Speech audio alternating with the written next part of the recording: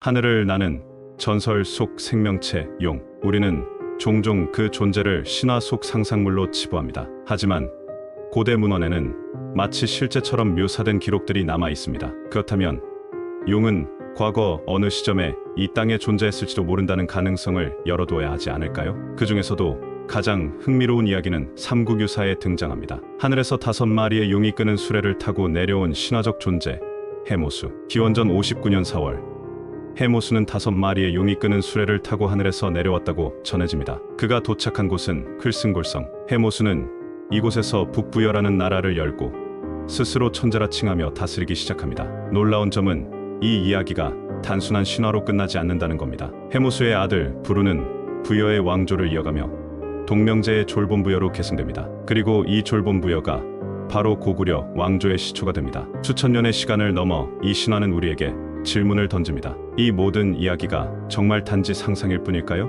아니면 고대의 사람들이 실제로 목격한 무언가가 있었던 걸까요? 그리고 또 다른 기록. 신라의 건국 신화 속에서도 용은 중요한 존재로 등장합니다. 다음 이야기는 박혁거 새와 계룡에 얽힌 이야기입니다. 신라의 건국 신화에도 용은 신성한 존재로 등장합니다. 그 이야기는 박혁거 새와 계룡의 전설로 시작됩니다. 기원전 69년 3월 신라 육부의 우두머리들이 알천냇가 언덕에 모였습니다. 그들은 혼란스러운 백성들을 다스릴 군주를 세우기 위해 회의를 열었습니다. 그런데 그때 남쪽 양산 기슭에서 이상한 서기가 피어오르는 것을 발견합니다. 가까이 다가가 보니 신비로운 서기가 땅으로 드리워져 있었고 그곳에 흰말 한 마리가 꿇어 절하는 모습이 보였습니다. 흰말이 서 있던 자리에는 커다란 알이 하나 놓여 있었습니다. 사람들이 알을 깨보니 단정하고 아름다운 사내아이가 나왔습니다. 그들은 아이를 동천샘으로 데려가 몸을 식였고 아이의 몸에서 광채가 뿜어져 나왔습니다. 그 순간 새와 짐승들이 춤을 추고 해와 달이 더욱 밝게 빛났다고 합니다. 사람들은 이 아이가 하늘이 내려준 군주라 믿고 그를 박혁거새라 부르며 왕으로 추대했습니다. 이 이야기는 여기서 끝나지 않습니다. 박혁거새가 왕이 된 그날 사량리의 한 우물가에서도 놀라운 일이 일어납니다. 한 마리의 계룡이 나타나더니 왼쪽 옆구리에서 한 계집아이를 낳았습니다. 이 아이의 입술은 달개의 부리처럼 생겼지만 사람들이 그녀를 샘물에 씻기자 부리가 사라지고 아름다운 입술이 드러났습니다. 사람들은 그녀를 아령이라 부르고 왕으로 삼았습니다. 박혁거새와 아령은 나라를 다스리며 신라를 번영으로 이끌었습니다. 흰말과 계룡 그리고 알에서 태어난 왕. 이 전설은 단순한 이야기가 아니라 신라 건국의 신성함과 하늘의 뜻을 상징적으로 보여주는 기록입니다. 그리고 또 다른 흥미로운 기록이 있습니다. 바로 문무왕과 그의 아들 신문왕 그리고 만파식적 설화입니다. 용이 된 왕과 천하를 평온하게 만든 피리. 만파식적의 이야기를 통해 고대인들이 용을 어떻게 숭배했는지 알 수 있습니다. 문무왕과 그의 아들 신문왕의 이야기는 용이 단순히 전설 속 존재가 아니라 나라를 지키는 신성한 수호자였음을 보여줍니다. 기원 후 681년 문무왕은 외병의 침략을 막기 위해 자신의 유고를 동해에 묻어달라는 유언을 남겼습니다. 그는 자신의 죽음 이후 바다의 용이 되어 사만을 지키겠다고 다짐했지요. 그의 유언대로 유골은 동해의 대왕함에 안치되었고 그 아들 신문왕은 아버지의 뜻을 기리며 가문사를 완성했습니다. 문무왕이 용이 되어 바다를 지킨다는 전설은 여기서 멈추지 않습니다. 신문왕 재위 2년째 되던 해 동해에 떠있는 신비한 산이 가문사 근처를 떠돌고 있다는 보고가 올라왔습니다. 산 위에는 대나무 한 그루가 자라고 있었는데 낮에는 2개로 갈라지고 밤에는 하나로 합쳐졌다고 합니다. 신문왕은 이를 기이하게 여겨 바닷가로 향했습니다. 왕이 바다에 도착하자 검은 옥대를 든 용이 나타났습니다. 용은 신문왕에게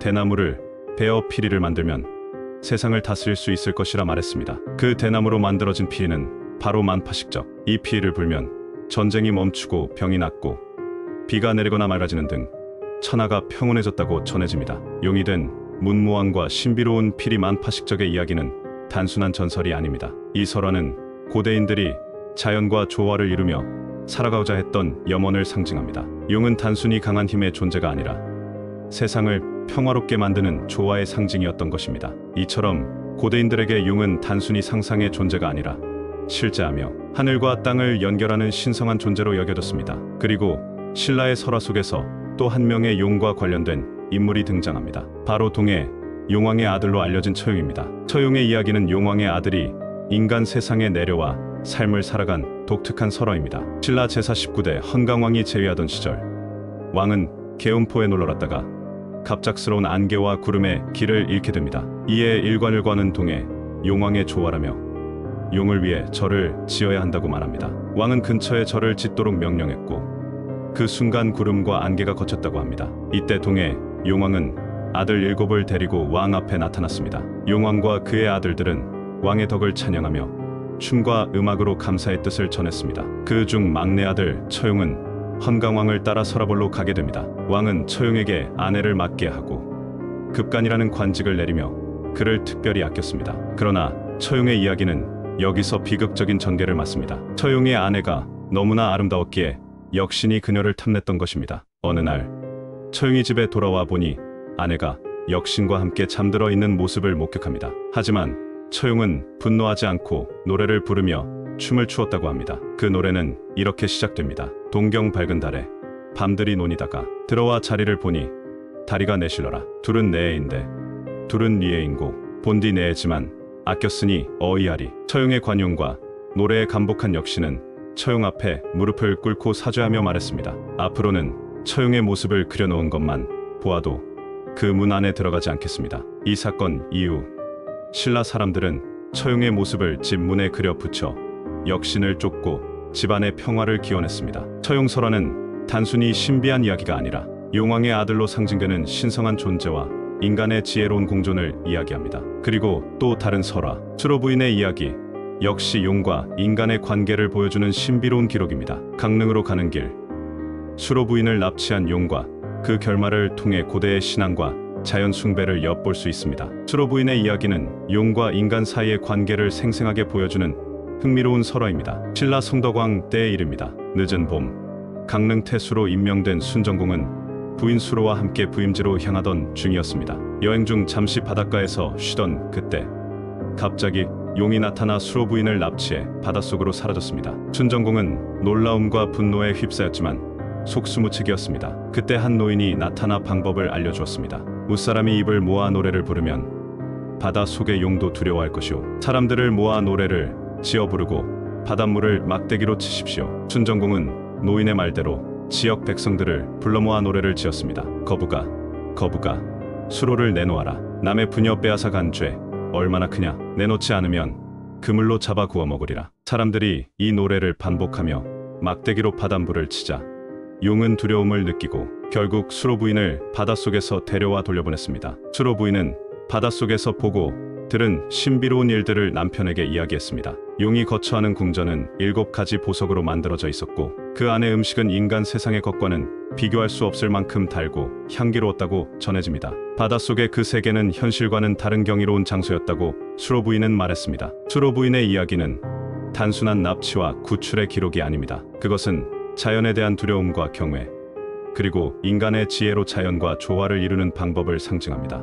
노래와 집단적 의식이 용에게 영향을 미친다는 믿음은 고대인들이 자연을 대하던 태도를 엿볼 수 있는 대목입니다. 이처럼 용은 신화 속에서 단순히 무서운 존재로 묘사되지 않습니다. 그들은 때로는 나라를 지키는 수호자, 때로는 자연의 상징이자 인간과 상호작용을 하는 존재로 등장합니다. 이제 우리는 고대 문헌에 기록된 여러 용의 이야기를 살펴보았습니다. 해모수와 오룡, 박혁거세와 계룡, 문무왕과 만파식적, 처용과 용왕, 그리고 수로 부인에 이르기까지 이들 설화 속에서 용은 단순한 전설 속 생물이 아닙니다. 그들은 하늘과 땅, 인간과 자연을 연결하는 상징적인 존재로 묘사됩니다. 용은 하늘에서 내려와 나라를 세우고 바다 속에서 국토를 수호하며 때로는 인간의 삶에 깊숙이 관여합니다. 이들은 단순한 상상의 동물이 아니라 고대인들이 자연을 이해하고 조화를 이루려 했던 신념과 염원을 담고 있습니다. 고대의 사람들에게 용은 단순한 힘의 상징이 아니었습니다. 그들은 비와 바람을 다스리고 전쟁을 멈추고 평화를 가져다주는 존재로 여겨졌습니다. 특히 동아시아에서